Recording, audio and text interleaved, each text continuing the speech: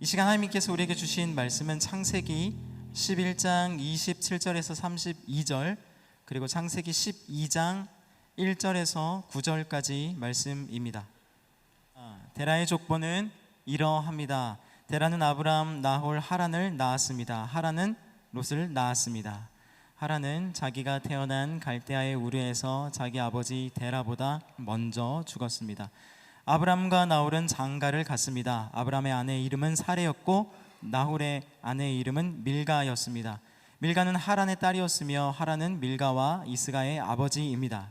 사레는 아기를 낳지 못해서 자식이 없었습니다. 데라는 자기 아들인 아브람, 그리고 자기 아들 하란의 아들인 손자 롯, 그리고 자기 아들 아브람의 아내이자 자기 며느리인 사레를 데리고 함께 갈대아의 우르를 떠나 가나안으로 향했습니다. 그러나 그들은 하란에 이르러 거기에서 살게 됐습니다. 데라는 205세까지 살다가 하란에서 죽었습니다. 창세기 12장 1절부터 9절까지입니다. 저부터 교독합니다. 여호와께서 아브람에게 말씀하셨습니다. 내 고향, 내 친척, 내 아버지의 집을 떠나 내가 내게 보여준 땅으로 가거라. 내가 너를 큰 민족으로 만들고 내게 복을 주어 내 이름을 크게 할 것이니 내가 복의 근원이 될 것이다. 너를 축복하는 사람에게는 내가 복을 주고 너를 저주하는 사람에게는 내가 저주하리니 땅의 모든 족속이 너로 인해 복을 받을 것이다. 그리하여 아브람은 여호와께서 말씀하신 대로 떠났습니다. 롯도 아브람과 함께 갔습니다.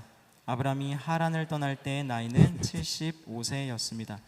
그는 아내의 사레와 조카 롯과 그들이 모은 모든 재산과 하란에서 그들이 얻은 사람들을 데리고 가나안 땅을 향해 떠나 가나안 땅에 이르렀습니다. 아브람이 그 땅을 지나 세겜 땅 모래 큰 나무 앞에 이르렀는데 당시 그 땅에는 가나안 사람들이 살고 있었습니다. 여호와께서 아브람에게 나타나 말씀하셨습니다. 내가 내 자손에게 이 땅을 주겠다.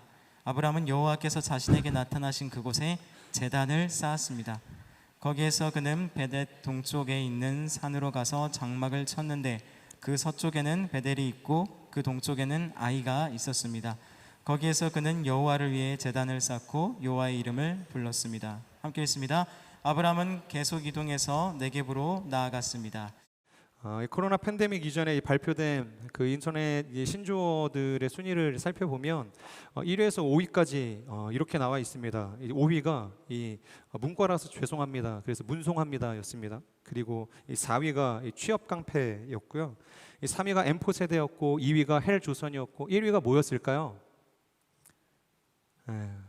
이제는 너무 우리의 입술에 익숙해진 이제 금수저라는 단어였습니다. 그런데 제가 이것을 보면서 1위에서 5위까지 단어들은 다 다르지만 결국 한 가지 의미를 향해서 달려간다는 것을 알게 되었는데요. 그것은 바로 이 불공평한 이 세상에 대해서 외치는 단어들이었습니다. 그리고 포기와 이 절망에 대한 자신들의 안타까움을 담고 있었던 마음이었죠. 단어였죠. 그 중에 이 M4 세대라는 신조어는 이미 우리 가운데 너무 익숙해져서 이제 새로울 것도 없는 그런 단어가 되어버렸습니다. 이만큼 이 기성세대, 이 시대를 살아가고 있는 우리의 어려움들을 잘 대변해 주고 있는 단어도 없는 것이죠. 자, 그런데요, 이 포기라는 단어, 그러니까 M4 세대, 그러니까 N가지를 포기해야 된다는 거잖아요. 그런데 이 포기라는 단어도 가만히 살펴보면요, 이런 의미입니다. 가질 수 있지만 내가 그것을 가지지 않기를 결정하는 거예요. 그거 내가 그냥 포기해야겠다. 결혼 포기하고 열심히 돈 벌어서 좋은 집 사야겠다. 그러니까 이런 식의 어떤 자기 포기들이 이루어지는 것들이죠. 내가 무언가를 쟁취하기 위해서 차선적인 것들을 포기하는 어떤 의미들을 담고 있었다는 거예요. 그렇기 때문에 가질 수 있으나 가지지 않기를 주체적으로 내가 결정할 수 있을 때 실제로 이 포기라는 단어도 우리가 사용할 수 있다는 것이죠. 자, 그런 의미에서 보면은요, 이 세대, 정말로 이 세대를 살아가고 있는 수많은 사람들은 이러한 포기조차 주체적으로 할 수 없을 만큼의 절망적인 시간들을 보내고 있다고 이야기할 수 있다는 것입니다. 자, 그런데요, 이런 어려운 순간들, 이러한 절망적인 현실 속에서도 여전히 사람들이 이 포기와 더불어서 무엇을 꿈꾸며 살아가고 있는가? 행복한 미래를 꿈꾸고 있다는 거예요. 새로운 무언가에 대한 복들을 구하면서 간절히 살아가고 있다는 것입니다. 여전히 자신이 꿈꾸는 행복한 인생들을 계획하고 그 인생이 이루어질 수 있기를 위해서 열심히 달려간다는 거예요. 자, 오늘 본문도요, 이러한 복에 관한 이야기를 해주고 있습니다. 어떠한 인생이 복되는 인생인가? 그리고 이 복을 이루어가는 우리의 인생에는 어떤 하나님의 원리들과 하나님의 섭리들이 있어야만 이룰 수 있는가에 대해서 다루고 있는 것이죠. 우리가 잘 아는 것처럼 창세기 1장에서부터 11장까지를 보면요, 하나님께서 이 땅을 창조하시고 인류를 만드시죠. 그런데 그 인류가 하나님을 떠나서 타락하게 됩니다. 그래서 하나님께서 타락한 인생을 심판하시는 이야기로 가득 채워져 있습니다. 그것이 1장에서부터 11장까지의 얘기예요.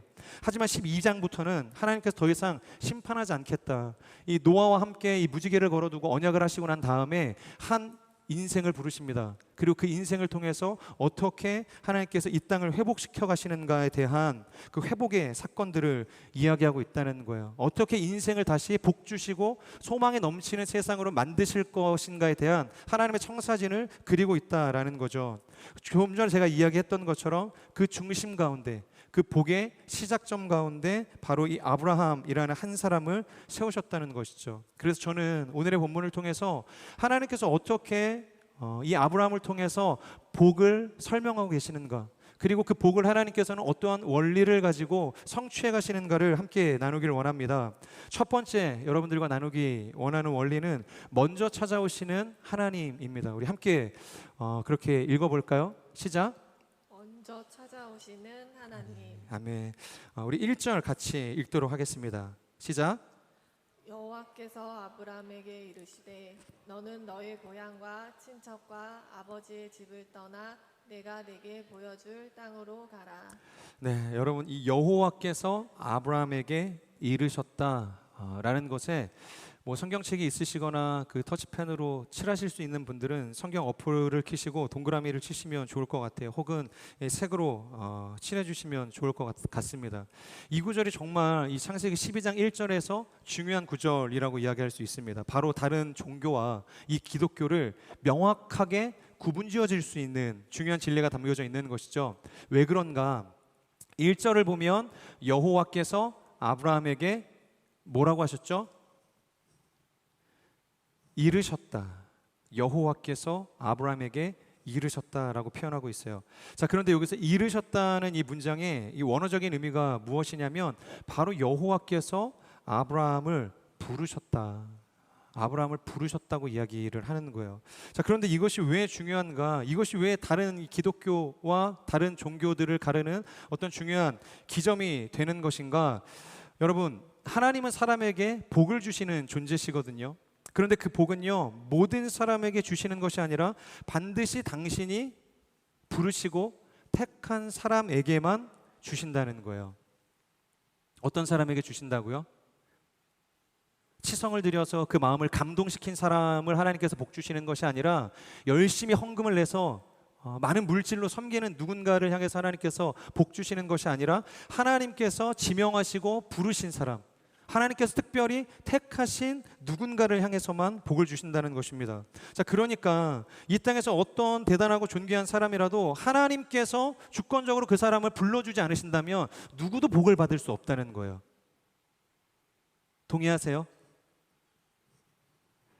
반대로 그 어떤 하찮은 사람이라고 할지라도 하나님께서 내가 너를 선택했어, 내가 너에게 복 주기를 원해, 그렇게 하나님께서 결정하시면 누가 와서 막는다 하더라도 하나님께서 주시는 그 복을 막을 수 없다는 것입니다.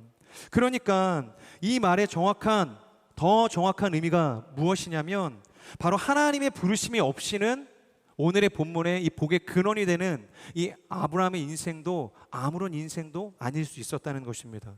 하나님께서 그의 인생을 부르셨기 때문에 이 아브라함의 인생이 대단한 인생이 될 수 있었다는 거예요. 그래서 바울도 이 고린도전서 15장 10절에서 이렇게 고백하고 있습니다. 내가 나 된 것은 하나님의 은혜로 된 것이다. 내가 나 된 것은 하나님의 은혜로 된 것이니, 바로 자신의 인생을 하나님께서 불러주지 않으셨다면 이방인의 사도요 수많은 사람들의 예수 그리스도의 증인으로 많은 교회를 세웠던 자신의 인생이라고 할지라도 아무것도 아니다, 오히려 하나님께 영광을 올려드리는, 하나님의 은혜를 높이고 있는 이 사도 바울의 고백을 우리가 볼 수 있다는 것이죠. 그렇기 때문에 여러분, 우리가 이 인물 중심의 성경 공부를 할 때 반드시 놓치지 말고 기억해야 할 것이 무엇이냐면, 어떤 사람의 구원을 받고 복을 받았다고 할 때 하나님의 은혜보다 그 사람의 업적, 그 사람의 어떠한 그 성취, 그 사람의 어떤 인생됨, 그것을 설명하는 것이 정말로 위험하다는 것이죠. 가령 우리가 요셉의 인생을 한번 볼 때 다들 뭐 자매님들은 그런 남편들을 얻기를 원하시죠. 요셉처럼 온유하고 자상하고 불의와 타협하지 않고 성적으로 순결하고 정결한, 그리고 그렇게 믿음과 신앙과 그 삶의 도덕적으로 흠없는 인생뿐만이 아니라 세상적으로 다 가진 이 총리와 같은 요셉을 원하지 않습니까?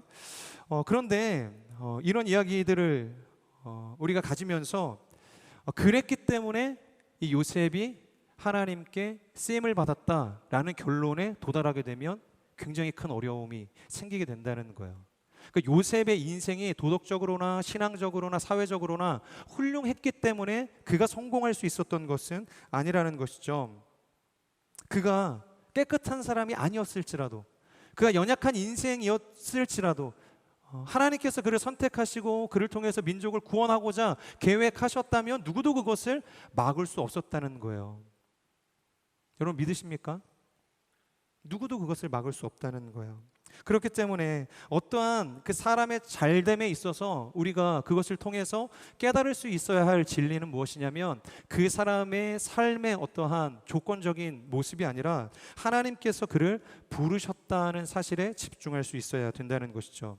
성경은 그 어떤 사람도 하나님의 이 구속사의 이름을 올릴 때 자신의 의지와 노력으로 그것을 성취하고 이룬 사람은 없다는 것입니다. 언제나 하나님께서 부르셔서 세우시고 그 구원의 역사를 써내려 가셨다는 것이죠. 모세나 이집트의 총리가 되었던 요셉이나 다니엘이나 그 어떠한 사람도 하나님의 주권적인 선택과 부르심이 없었다면 그런 놀라운 역사의 중심 가운데 있을 수 없었다는 것이죠. 자, 오늘의 말씀을 보면요, 1절에서 분명하게 선언하고 있는 것이 무엇이냐면, 하나님께서 지금 아브라함을 부르셨다는 거예요.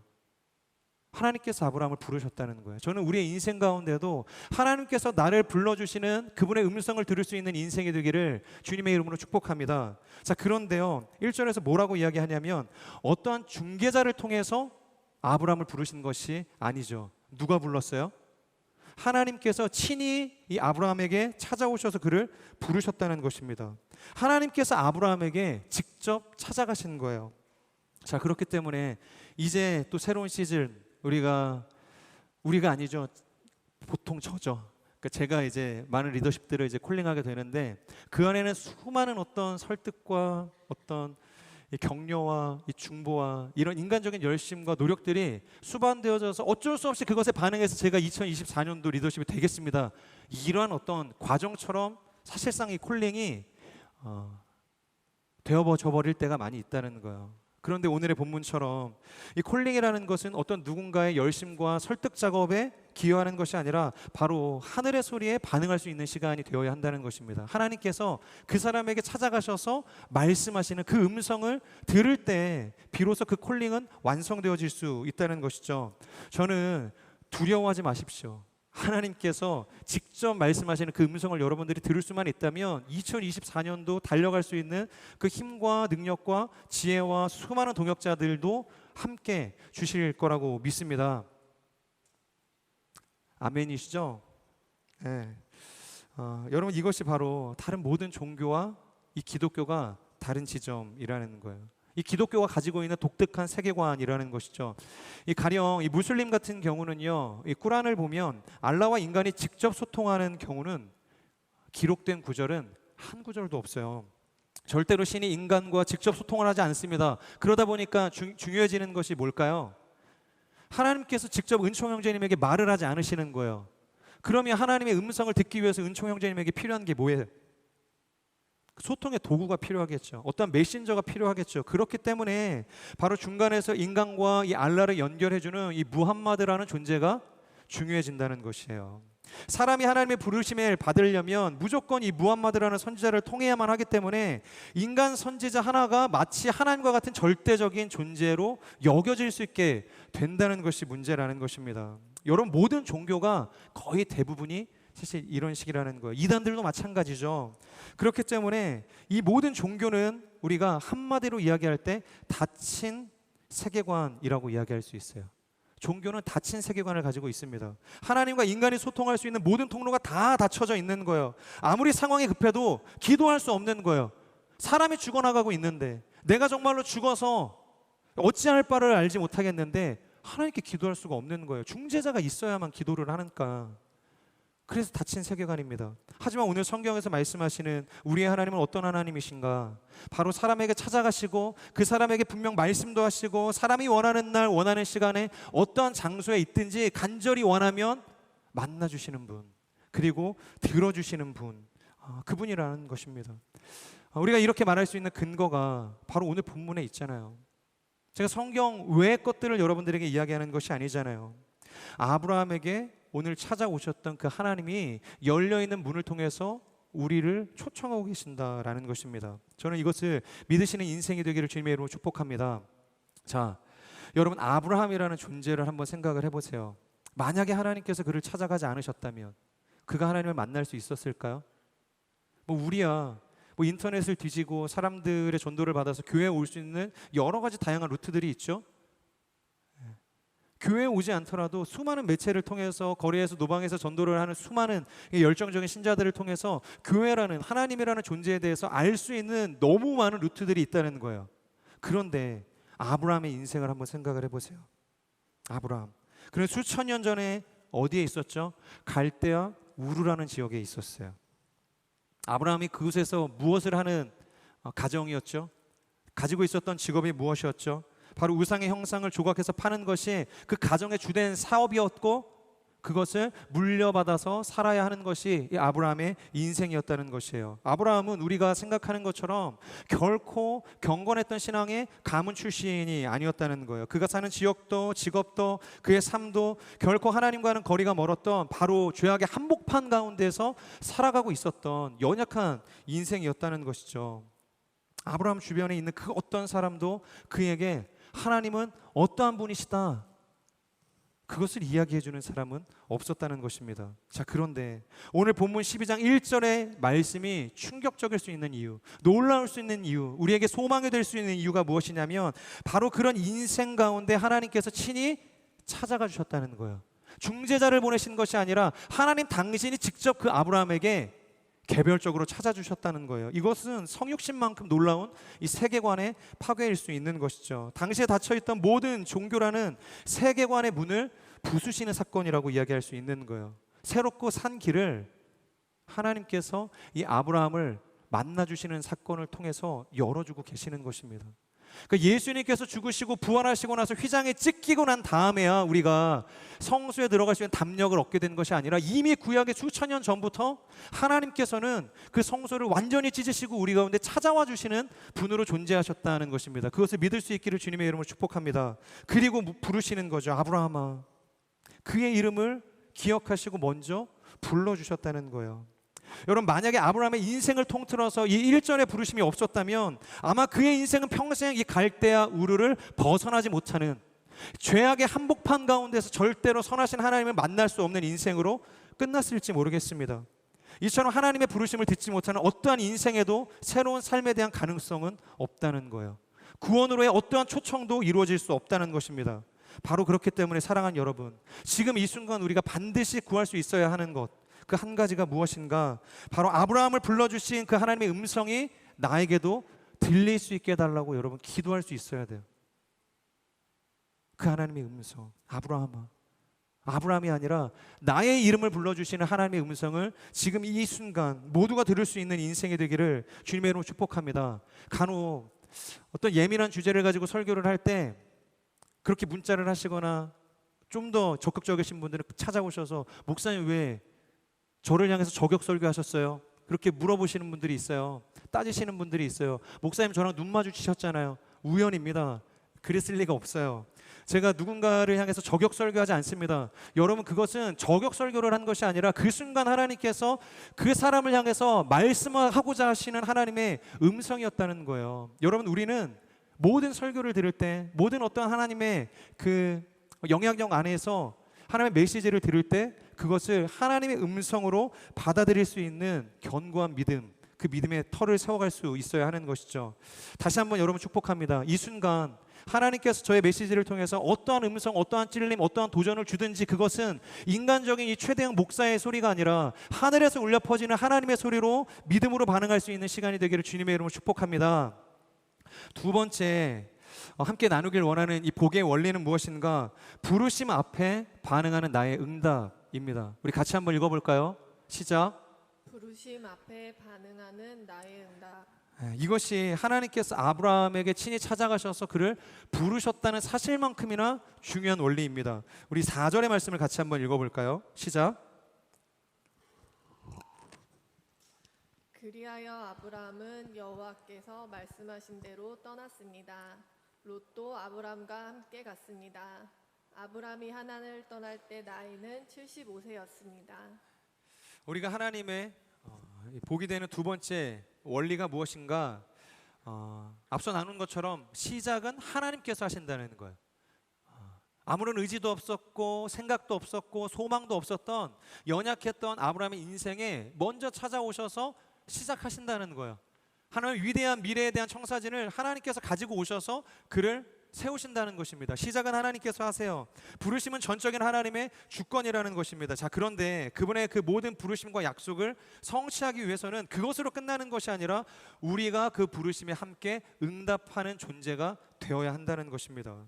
그렇기 때문에 언제나 이 하나님의 부르심과 이 인간의 응답이라는 것은 이 두 가지는 마치 동전의 양면과 같이 함께 움직여야만 한다는 것이죠. 자, 그런데 그 인간의 응답에 대해서 오늘 하나님께서 뭐라고 이야기하시는가?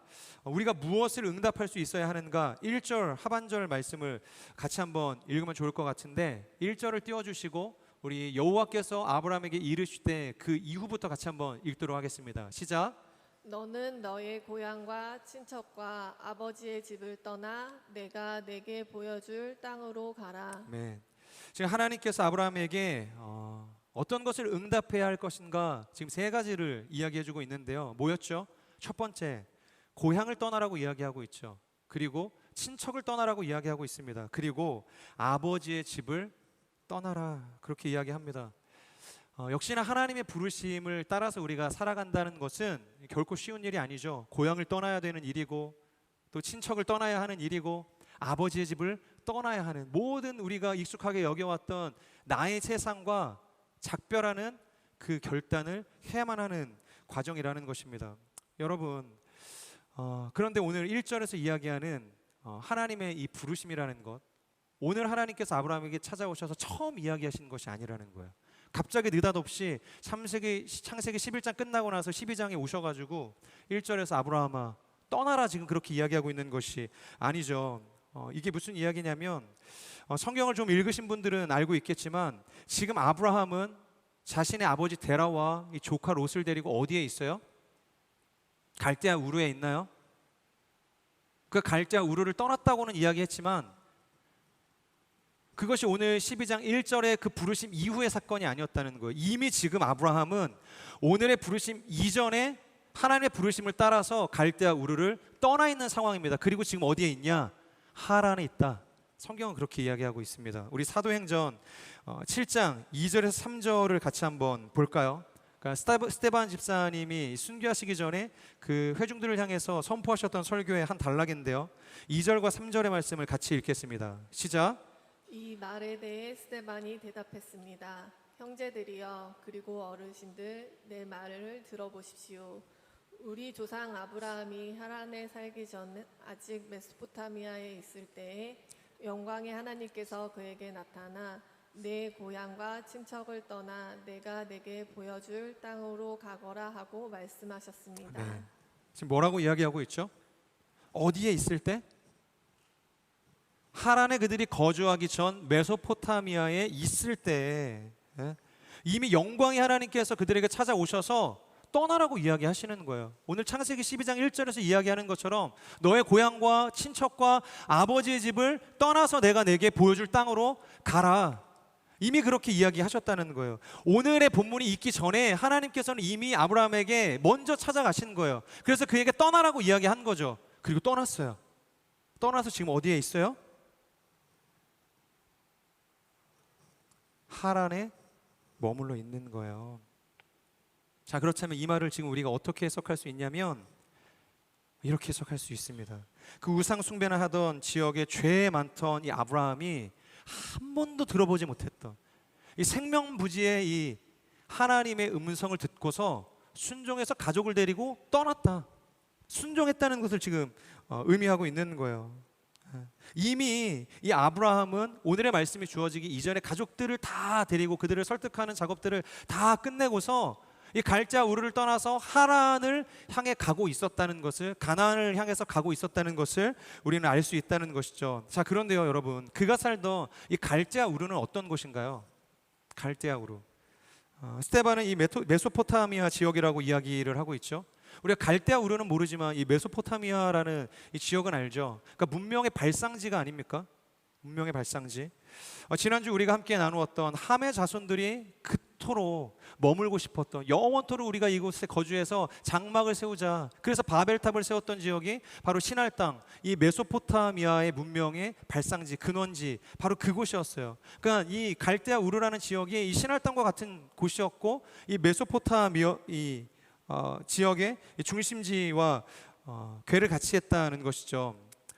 1920년도 그리고 30년도 사이에요, 이 영국의 찰스 홀리라는 이 고고학자가 이 아브라함의 고향인 갈대아 우르를 이 고고학적으로 발굴한 적이 있습니다. 그런데 그때요 정말로 고고학적으로 정말로 위대한 발견이라고 할 만한 것들이 많이 발견이 되었는데요, 이때 이 지역에서만 2,000개의 묘가 발견이 됩니다. 그리고 그 중에서 16개의 묘에서 왕의 신분으로 이렇게 추정할 수 있을 만한 것들이 이제 발견이 되어졌던 것이죠. 그러니까 16개의 왕의 묘가 있었다는 거예요.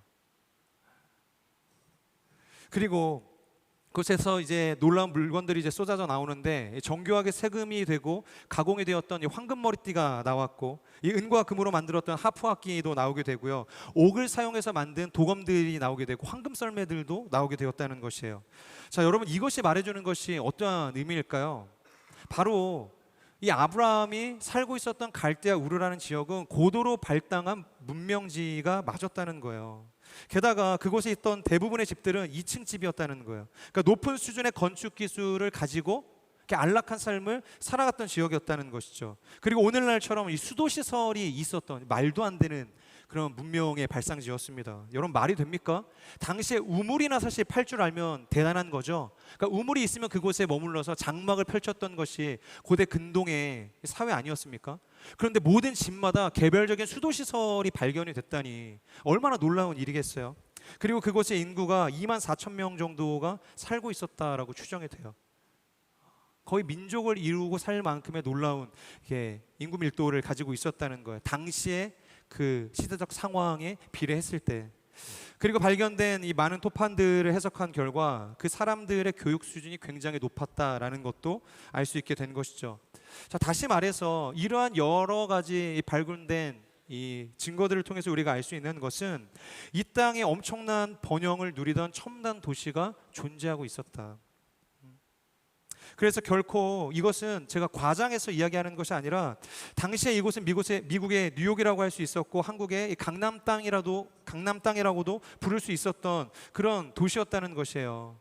그러니까 아브라함은 지금 기근이 찾아와서 고향을 떠났던 베들레헴을 떠나서 모압으로 갔던 나오미와 같이 어쩔 수 없는 선택을 한 것이 아니라, 하나님께서 찾아오셔서 그에게 말씀하셨기 때문에 그것을 다 끊어내고 떠났다라는 것을 지금 성경이 이야기해 주었다는 거예요. 그러니까 부족할 것이 하나도 없었던 자신의 인생 속에서 오직 하나님의 부르심 하나만을 바라보고 달려나갔다. 그것을 지금 성경이 이야기한다는 거예요. 4절을 보면 그가 몇 세 때 우르를 떠났다고 하죠? 75세.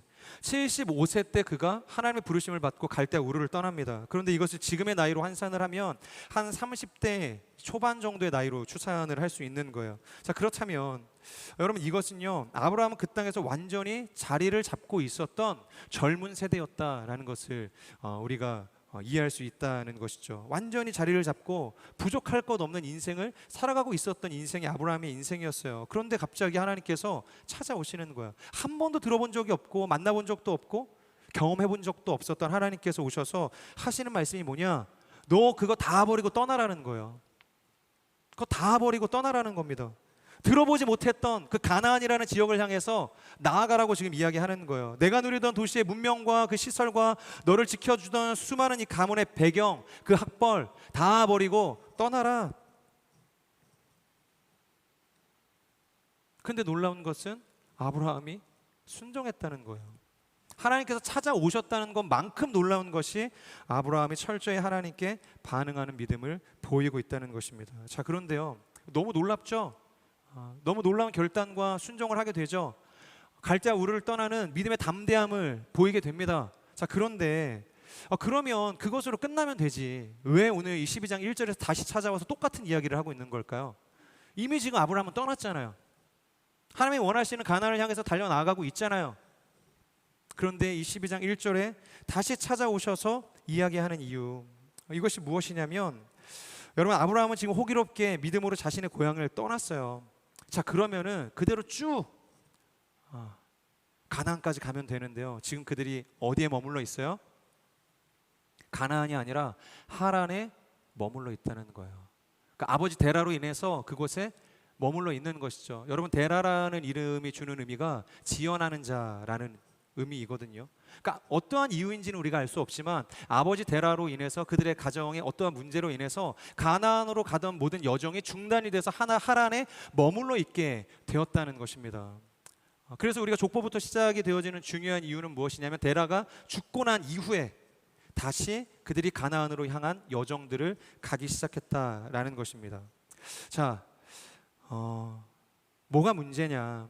하란에 멈춰선 것이 무엇이 문제냐? 아버지 데라 때문이기도 했겠지만, 그러니까 데라가 왜 근심을 하고 그 하란을 벗어나지 못하는 선택들을 이 가정 가운데에서 이슈로 가져갈 수밖에 없었는가? 이 추측을 해보면 이런 거예요.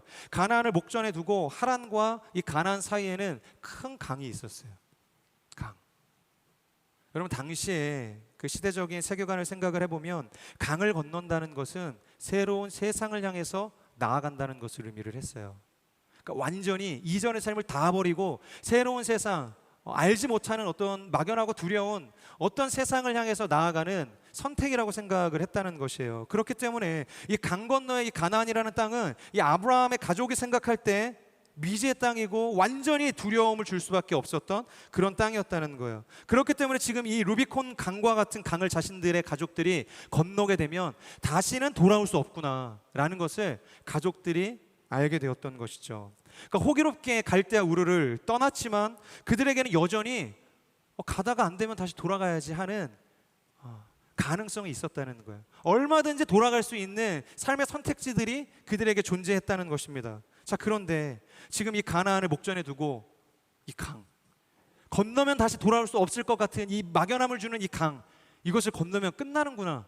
그러니까 이런 어떤 현실적인 상황 때문에 멈춰서게 되었다는 거예요. 그것이 그들의 부르심의 모든 여정들을 발목 잡고 있었다는 거예요. 자, 이것이 무슨 의미냐면, 그들은 과거를 떠나서 미래를 붙들고 하나님의 부르심을 따라서 나아갔다고 생각을 했지만 여전히 과거를 품고 있었던 인생이었다는 거예요.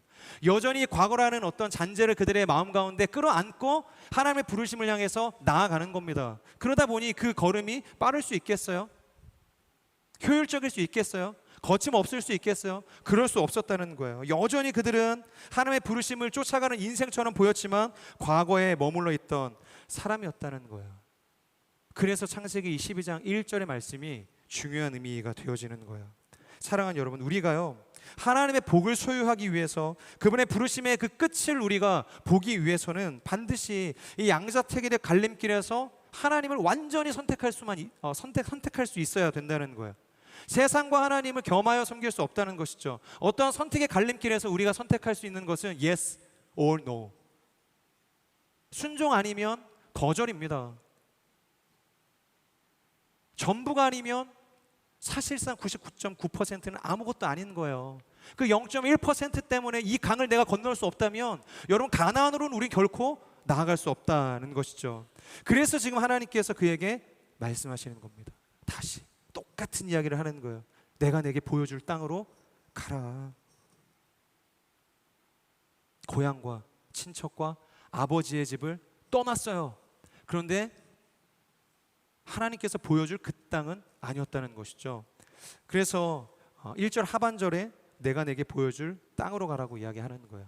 여기에서 하나님의 의지가 드러나게 되는 것이죠. 그것이 무엇이냐면 바로 가라라는 거예요. 가라.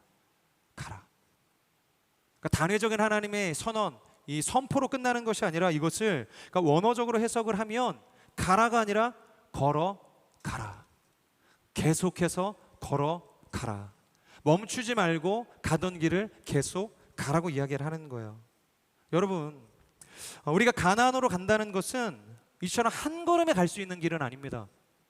뭔가 내가 한번 딱 선택을 하면은 바로 반응이 오는 걸음이 아니라는 거예요. 걷고 또 걷고 장애물이 있으면 그것을 밟고 넘어서는 어떠한 수많은 이 선택들을 우리가 반복할 때 비로소 그 가나안이라는 땅은 하나님의 부르심의 땅에 도달할 수 있게 된다는 것이죠.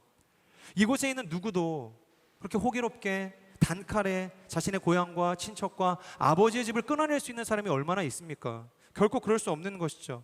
심지어 아무것도 보장되지 않는 그 미지의 땅 때문에 그 모든 것이라고 할 수 있는 자신의 그 안정감의 기반들을 버릴 수 있는 사람이 몇 명이나 되겠냐는 거예요. 여러분, 우리의 모든 부르심들이 사실 다 비슷하지 않습니까? 그렇기 때문에요, 이 하나님의 부르심이라는 것은 우리가 조급해할 필요도 없고 단기간에 끝낼 수도 없다는 거예요. 평생의 싸움으로 여기고 그것을 마음에 품고 달려갈 수 있는 인생이 되어야 합니다. 걸어가다가 올라오면 또 가라앉히고 올라오면 다시 가라앉히고 그것을 반복하면서 걸어가는 여정이 되어야 한다는 것이죠. 1절에서 내가 내게 보여줄이라는 표현이 나오죠. 이 보여줄이라는 이 단어의 보다 정확한 의미는 들려준이라는 의미입니다. 들려준. 하나님께서 보여주지는 않으셨죠. 내가 본 적은 없어요. 들은 거예요. 하나님께서 약속의 땅을 허락하셨다는 것을 들으신 거예요. 내가 그곳에 너를 보낼 것이다. 축복으로 그 땅을 취하게 할 것이다. 하나님이 들려주신 것이죠. 그래서 여러분, 사도 바울은요, 믿음은 무엇을 통해서 난다고 이야기해요? 경험을 통해서 난다고 하나요? 들음을 통해서 나는 거예요. 하나님의 말씀을 듣는 것으로부터 시작이 되는 것입니다. 잊혀지게 되면 다시 들을 수 있는 자리로 가는 거예요. 하나님께서 나에게 무엇을 말씀하셨는가? 무엇을 나에게 선택하게 하셨는가? 계속해서 그것을 기억하면서 망각이 아니라 하나님의 말씀 앞에 서는 인생으로 나아가게 되어야 한다는 것입니다. 믿음이 흔들리면 계속해서 들으라는 거예요. 계속해서 하나님의 말씀을 끄집어내서 하나님의 말씀 앞에 서는 인생, 그런 인생을 우리가 살아갈 때 그 보여줄 땅, 들려준 땅에 도착할 수 있게 된다는 것이죠. 사랑하는 여러분, 저는 우리의 모든 인생이 하나님의 말씀을 따라서 반드시 이 양자 선택, 그래서 하나님을 선택할 수 있는 거룩한 인생이 되기를 주님의 이름으로 축복합니다. 마지막 우리가 함께 나누기를 원하는 것은 내가 하겠다라는 거예요. 내가 하겠다. 우리 같이 한번 읽어볼까요? 내가 하겠다. 네. 누가 하겠다는 거예요? 아브라함이 하겠다는 거예요? 하나님께서 하시겠다는 것이죠. 우리 2절의 말씀을 같이 한번 읽도록 하겠습니다. 시작. 내가 너를 큰 민족으로 만들고 내게 복을 주어 내 이름을 크게 할 것이니 내가 복의 근원이 될 것이다. 하나님께서 지금 아브라함을 부르셨고 그의 연약함과 이 불안함에도 불구하고 그를 재촉하셨어요. 무너진 자리를 털고 일어나 하란이 아니라 가나안으로 가라고 말씀하시는 거예요. 어찌 보면 야박할 수도 있죠. 그러니까 가혹해 보이는 하나님의 처사처럼 보일 수도 있지만 2절이 이야기하고 있는 것이 무엇이냐면 그냥 아브라함 혼자 등 떠밀고 알아서 하라고 이야기하시는 것이 결코 아니라는 거예요. 하나님께서 내가 하겠다고 지금 말씀하시는 거죠. 내가 너를 큰 민족을 만들겠다. 내가 너의 이름을 창대하게 할 것이다. 복의 근원이 되게 할 것이다. 아브라함이 열심히 해서 그것을 성취하는 것이 아니라 하나님께서 자신의 이름을 걸고서 지금 약속하고 계시는 거예요. 여러분, 믿음이라는 것은요, 우리 안에 형성된 어떤 내면의 감정과 경험에 반응하는 것이 아닙니다. 반드시 그 하나님께서 우리에게 무엇을 말씀하셨는가, 하나님의 그 자기 선언, 그 말씀에 의존한 결정이 되어야 하는 것이에요. 내가 하나님의 말씀을 신뢰합니다. 그래서 순종합니다. 여러분, 그것이 바로 믿음이라는 거예요. 바로 그 하나님께서 지금 아브라함에게 내가 하겠다고 말씀해주고 계시는 거예요. 여러분, 아브라함의 인생이 얼마나 굴곡이 많았어요. 기복도 많았어요. 그러니까 부침 많은 인생이 아브라함 아니었습니까? 우리가 다음 주에도 나누겠지만 이 약속의 땅 가나안에 들어가자마자 뭐가 찾아와요? 기근이 찾아와요. 그래서 가나안에 열심히 겨우겨우 들어갔는데 돌아서서 애굽으로 갑니다. 그러니까 애굽으로 피신한 거예요. 하나님의 복을 버리고 애굽을 선택한 거예요. 그리고 그곳에 가서 그 기근을 잘 피했느냐? 자신의 아내를 누이라고 이야기하는 이런 말도 안 되는 이 졸렬함을 보이지 않습니까?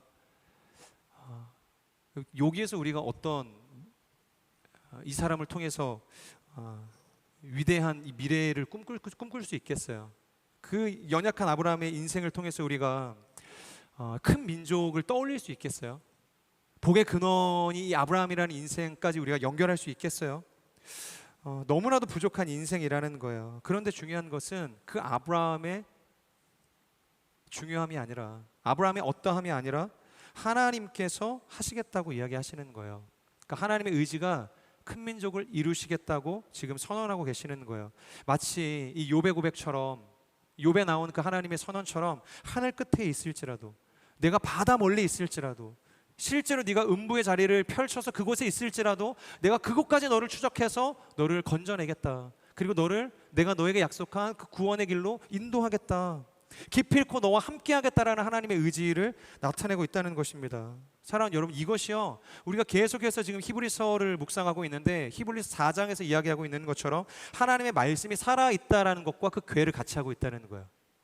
이 하나님의 의지, 하나님의 자기 선언, 하나님의 이 말씀, 포기하지 않으시고 계속해서 움직이시는 그 하나님의 그 열심이 바로 하나님의 말씀이 살아있다라는 의미라는 거예요. 성경의 수많은 예들을 통해서 그 살아계신 하나님의 말씀이 증명되어지는 것들을 우리가 볼 수 있는데요. 요한복음 1장 42절의 말씀 우리 같이 한번 읽어볼까요? 시작. 그리고 그는 시몬을 예수께 데려왔습니다. 예수께서 시몬을 보고 말씀하셨습니다. 너는 요한의 아들 시몬이구나. 이제 너는 게바라고 불릴 것이다. 게바는 베드로라는 뜻입니다. 제가 목요일날 LTC 때도 함께 리더십들과 나눴지만 여러분, 지금 예수께서 그를 보시자마자 지금 뭐라고 이야기하고 있어요? 시몬을 보시자마자 게바라고 이야기하신다는 거예요. 여러분, 게바가 무슨 뜻이죠? 바로 반석이라는 의미입니다. 그러니까 이 반석은 교회를 의미하는 거예요. 오늘 처음 봤어요. 베드로는 예수님이라는 존재를 듣기는 해봤지만 처음 본 거예요. 그런데 예수님께서 그를 만나자마자 그에게 너는 게바라 불릴 것이다. 이 교회에 대한 비전을 선언하고 계신 것을 우리는 볼 수 있다는 거예요. 여러분, 모든 인생의 우여곡절을 이 베드로가 다 경험하고 이 요한복음의 끝자락인 21장 이 디베랴 호수에서 예수님께서 다시 그를 만나 주셔서 내가 나를 사랑하느냐 3번 물으시고 내 양떼를 먹여라, 쳐라, 먹여라. 그때 이 교회에 대한 비전을 주신 거예요. 그 모든 인생의 과정들을 다 거치고 그 끝에서야 아니라는 거예요. 하나님께서는 이 베드로를 처음 만나셨을 때부터 이미 그를 게바라고 부르셨어요. 베드로라는 이름값을 하기에는 너무 형편없었던 인생이었음에도 불구하고 너는 게바다. 너를 통해서 내가 교회를 세울 것이다. 지금 그 이야기를 하고 계신다는 거예요. 여러분, 베드로의 인생도 이 아브라함과 같이 얼마나 부침이 많은 인생이었습니까? 변덕스럽고 기복이 심해서 얼마나 하나님 안에서 많은 실수를 했던 인생이에요. 넘어졌던 인생입니까? 이 불완전한 존재였다는 거예요. 자, 그런데 그럼에도 불구하고 하나님께서 그에게 뭐라고 이야기하시는가? 너는 게바다. 반석이다. 여러분, 그가 하나님을 만났던, 예수 그리스도를 만났던 그 첫 부르심으로부터 그가 정말로 교회가 되기까지 무엇이 그의 인생을 이끌었죠? 베드로의 열심이었나요? 탁월하게 함께하는 수많은 동역자들이 그를 반석으로 이끈 걸까요? 하나님의 말씀이 그와 함께 하셨기 때문에, 하나님의 그 자기 선언, 내가 너를 게바로 만들 것이다, 그 하나님의 그 선언이 그와 함께 하셨기 때문에 이 게바가 될 때까지 그를 포기하지 않으시고 그의 인생을 재구실하게 만들었다는 거예요. 교회가 되게 하셨다는 것이죠. 여러분, 이것이 바로 말씀이 살아있다는 의미인 거예요. 그 살아있는 말씀은 오늘도 우리 가운데 찾아오셔서 우리의 인생을 견인하는 거예요. 무너진 자리 가운데 찾아오셔서 그 말씀이 생명력을 가지고 우리 가운데 찾아올 때 다시 무너진 자리를 털고 일어나게 되는 것입니다. 하나님의 사람으로 세워 가시는 거예요. 하나님이 원하시는 믿음의 분량 가운데로 우리를 계속해서 이끌어 가시는 거예요. 여러분, 베드로만 특별해서가 아니죠. 이 사사기 6장을 보면 게디온의 인생도 마찬가지입니다. 미디안을 통해서 민족을 구원할 사사로 하나님께서 세우셨는데 얼마나 부끄러운 인생이었어요. 겁 많은 인생 아니었습니까? 밀을 타작하는데 이 포도주를 짜는 그 창고에 들어가서 바람 한 점 없는 그곳에서 밀을 타작하겠다고 하고 있는 거예요. 여러분, 밀을 어떻게 타작하냐면요, 밀을 올려놓고 그것을 체에 걸러서 공중에 들어 올립니다. 그럼 바람이 불어야 그곳에 있는 찌꺼기들이 바람에 날려가서 깨끗한 알곡들만 바닥에 떨어지게 되는 거예요. 그래서 비로소 그 밀을, 좋은 그 알곡들을 걸을 수 있게 되는 것이죠. 근데 사방에 다 막혀 있는 이 창고 안에 들어가서 바람도 없는 그곳에서 무슨 밀을 걸러내는 일을 해요. 미디안이 들어와서 자신을 공격하는 그 박해자의 그 손이 무서워서 그 창고 안으로 들어가 숨어있던 이 기드온의 모습을 보는 거예요. 그런데 그 순간 하나님께서 그에게 찾아가셔서 뭐라고 이야기하시는가? 큰 용사요, 큰 용사요. 겁 많은 이 기드온에게 찾아가셔서 큰 용사여, 여호와께서 너와 함께 하신다, 그렇게 이야기하는 거예요. 여러분, 기드온이 무슨 용사입니까? 겁쟁이도 이런 겁쟁이가 없죠. 비겁한 사람도 이렇게 비겁한 사람이 없는 거예요. 그런데 그에게 큰 용사라고 이야기하신다는 겁니다. 똑같은 거예요. 지금 하나님께서는 그 겁 많은 기드온의 모습 속에서 민족을 구원할 큰 용사를 지금 보고 계시는 거예요. 베드로를 통해서 개발을 보셨던 것처럼 겁쟁이를 통해서 큰 용사를 보신 것입니다. 바로 지금은 아닐지 모르지만, 사람들이 말하는 것처럼 지금은 그저 겁쟁이에 불과할지 모르겠지만, 이 하나님의 자기 선언이, 이 생명력 있는 하나님의 그 말씀이 그를 포기하지 않고 끝까지 새롭게 빚어가시겠다고 지금 이야기하시는 것입니다. 오늘 본문에 나온 이 아브라함의 인생도 마찬가지예요. 베드로, 이 기드온, 누구와도 붙여도 부족하지 않을 만큼 연약했던 인생이 바로 아브라함이었죠. 그런데 이런 아브라함의 인생 속에서 하나님께서 찾아오셔서 뭐라고 이야기하시는가? 하란 땅에서 우상 숭배를 하던 이 집안의 자식에게 뭐라고 이야기하시는가? 너는 복의 근원이 될 것이다. 너는 복이 될 것이다. 그 복 자체가 될 것이다. 내가 너로 큰 민족을 이룰 것이다. 내가 민족의 열국의 아비로 너를 세웠다. 너를 통해서 복이 흘러갈 것이다. 지금 하나님께서 이야기하시는 거예요. 여러분, 이 말도 안 되는 자신감이 어디서 나오는 거죠? 아브라함의 순종 때문일까요? 아브라함의 열심 때문일까요? 그 함께 이루고 있는 12지파의 어떤 미래 열심 때문일까요? 바로 하나님의 자기 선언 때문이라는 것입니다. 즉, 살아있는 하나님의 말씀이 그 연약한 아브라함의 인생을 아브라함이 되게 하시겠다는 것이에요. 그렇기 때문에 사랑하는 여러분, 저는 우리의 삶도 이와 같은 하나님의 살아 계신 말씀, 하나님의 자기 선언으로 인해서 아브라함에서 아브라함으로 변화되어지는 인생이 되기를 주님의 이름으로 축복합니다. 여러분들과 세 가지 함께 이 복에 대한 원리를 나누었습니다. 첫 번째, 나를 향한 하나님의 음성을 들을 수 있어야 돼요. 하나님께서 지금 여러분들에게 말씀하시는 그 음성에 반응할 수 있기를 주님의 이름으로 축복합니다. 그리고 그 부르심을 들었다면 나의 모든 안정감을 걷어내고 하나님께서 원하시는 그 부르심의 자리를 향해서 나아갈 수 있는 인생이 되기를 축복합니다. 부족하고 연약한 나의 인생에 눌러앉는 것이 아니라, 하란에 머물러 있는 것이 아니라 강을 건너서 끝까지 하나님이 원하시는 그 가나안 땅에 들어갈 수 있는 인생이 되기를 축복합니다. 그리고 나의 힘과 능력이 아니라 하나님의 말씀에 살아있음, 그 하나님의 말씀의 그 위대함을 신뢰하며 그 온전한 부르심을 하나님과 함께 완성할 수 있기를 주님의 이름으로 축복합니다. 우리 같이 한번 오늘의 말씀을 기억하면서 기도하겠습니다. 사랑하는 주님, 언제나 이 하나님의 그 부르심 가운데 많은 것들을 우리가 고민하고 계산하고 또 주저하게 되는 것들을 경험하게 되어집니다. 하지만 하나님, 이 복의 근원이 되었고 열국의 아비가 되었고 큰 민족의 시초가 되었던 이 아브라함조차 쉽사리 자신의 그 지난 과거를 끊고 안정감을 버리고 하나님 앞에 나아갈 수 없었던 인생이었음을 우리가 보게 됩니다. 하나님, 우리 가운데 이 모든 연약함을 털고 하나님께 반응할 수 있는 하나님의 음성을 허락하여 주시옵소서. 누군가의 그 설득 작업을 통해서 내가 계산하고 이해해서 할 수 있다는 판단하에 내가 한 걸음을 떼는 것이 아니라 할 수 없는 연약한 인생일지라도 내가 가진 모든 패를 다 버리고 나아가야 하는 부르심일지라도 하나님께서 나를 부르셨다는 그 분명한 음성을 내가 들을 때, 하나님께서 나에게 말씀하셨다는 확신이 들 때 우리가 믿음으로 걸어갈 수 있는 결단까지 하나님께 드릴 수 있는 인생이 되게 하여 주시옵소서.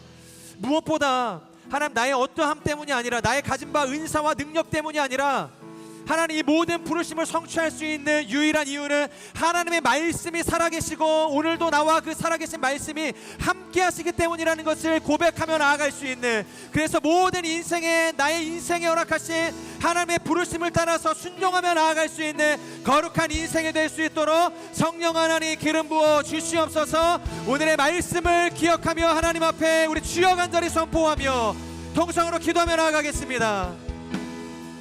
주여,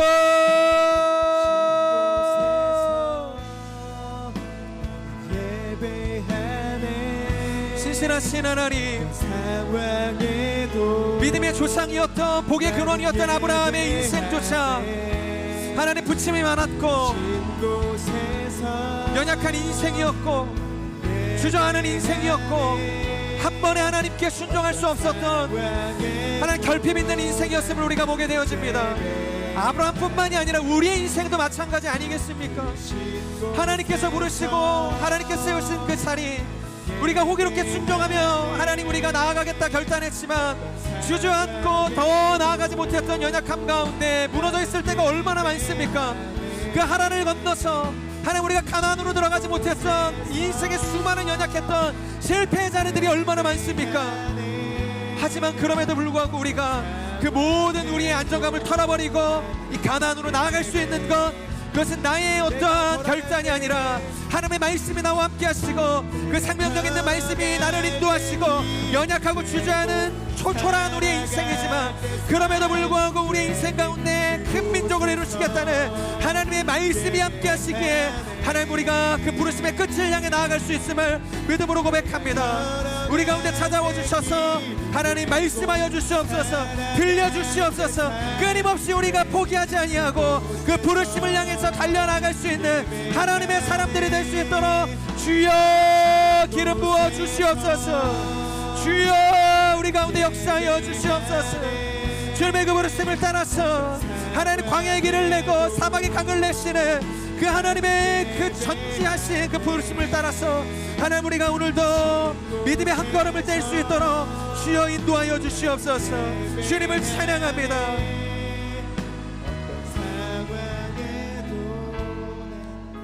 우리 한 번 더 기도하며 나갈 때 하나님, 우리가 이 모든 부르심을 향해서 나아갈 수 있는 유일한 근거는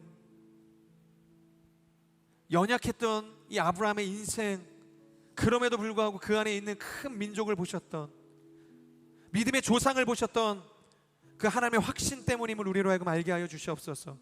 하나님의 그 위대한 선언 때문임을 우리로 하여금 알게 하여 주시옵소서. 베드로의 인생을 향하여서 너는 개바라 불릴 것이다, 육신의 아들이었던 요한의 아들 시몬이 아니라 반석으로 세우시는 개바를 보셨던 하나님의 그 위대한 선언 때문임을 우리로 하여금 알게 하여 주시옵소서. 겁 많은 기드온이 아니라 민족을 구원할 위대한 용사, 큰 민족을 보아내셨던 그 하나님의 그 선언이 있었기 때문임을 우리가 알게 하여 주셔서 초라하고 부족하고 부침 많은 우리의 인생이지만 하나님께서 우리 가운데 주신 그 위대한 부르심, 우리의 인생을 향하여서 말씀하시는 그 위대한 하나님의 자기 선언을 우리가 신뢰하며 한평생을 그 부르심의 완성을 향하여서 달려나갈 수 있는 우리의 인생 될 수 있도록 기름 부어 주시옵소서. 광야의 길을 내고 사막의 강을 내시는 전능하신 하나님 바라보며 나갈 수 있는 우리의 모든 부르심의 여정이 될 수 있도록 기름 부어 주시옵소서. 다시 한번 우리 주여 간절히 선포하며 기도하며 나갑시다. 주여,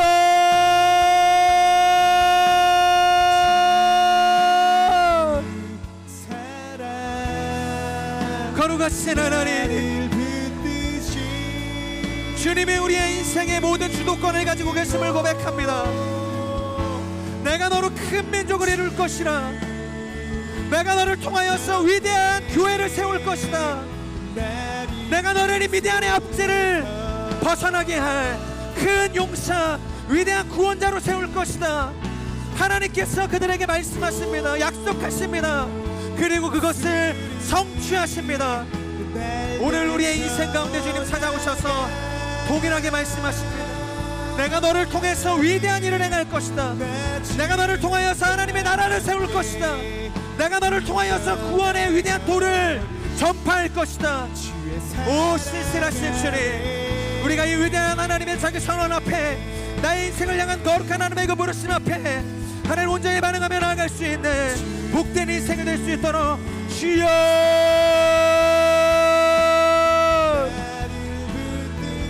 나의 인생을 붙드시고 역사하시는 그 신실하신 주님 찬양하오니, 이 시간 불안에 떨며 부르심에 순종하며 나아가지 못하게 하는 모든 하나님 악한 사단의 하나님 거짓됨을 끊어버리고 주님의 그 부르심의 반석 가운데 능히 결단하며 나아가는 하나님 요셉 공동체가 되어질 수 있도록 주여 기름 부어주시옵소서. 오직 독수리가 날개치며 올라온 것 같은 그 새 힘으로 역사하셔서 우리를 강권하시고 인도하시는 위대한 사랑, 끊어지지 않는 그 영원한 사랑의 오늘도 우리를 붙드시고 하나님의 그 소망의 항구로 인도하심을 오늘도 우리가 믿음으로 고백하며 나아가오니 주여 인도하여 주시옵소서. 거룩하신 하나님, 아브라함의 인생을 부르시고 그를 통하여서 큰 민족을 이루시고 열국의 아비가 되게 하시는, 복의 근원이 되게 하시는, 아니 복 자체가 되게 하시는 놀라운 인생으로 하나님께서 이끄셨던 것처럼 결국에는 그를 통하여서 그 복음이 수천 년의 시간을 흘러서 우리 가운데까지 전파되어졌던 것처럼 하나님, 우리가 아브라함의 연약함에 주목하지 않게 하여 주시고, 연약한 그의 인생이었지만 그럼에도 불구하고 아브라함의 인생을 아브라함으로 만드셨던 그 하나님의 거룩하신 말씀의 능력을 신뢰하며 나아갈 수 있는 하나님의 사람들이 될 수 있도록 역사하여 주시옵소서. 시몬의 아들 베드로에게 집중하지 않게 하여 주시고 그를 개발하 부르시는 하나님의 그 확신에 우리의 마음을 드릴 수 있도록 하나님 인도하여 주시옵소서. 겁 많은 패배자 기도원이 아니라 그를 통하여서 모든 미디안의 압제를 끊어내는 위대한 승리자, 큰 용사, 구원자 기도원을 보완하셨던 하나님의 시선으로 우리가 인생을 드릴 수 있는 거룩한 삶이 될 수 있도록 주여 역사하여 주시옵소서. 그 부르심의 완성을 시작하신 이도 하나님이시여 그것을 완성하시는 이도 하나님이심을 우리가 믿음으로 고백하오니, 하나님, 우리가 지금 부르심을 받고 나아가다 주저앉고 있었던 모든 그 하란의 자리를 털고서 하나님, 우리가 강을 건너 약속의 땅, 그 부르심의 최종 종착지인 가나안을 향해 달려나갈 수 있는 모든 하나님의 사람들이 될 수 있도록 역사하여 주시옵소서. 그렇게 우리와 함께 하실 그 위대하신 주님을 찬양합니다. 감사합니다. 예수님의 이름으로 기도합니다. 아멘. 우리 주님 앞에 우리 감사의 박수 올려드립시다. 아멘.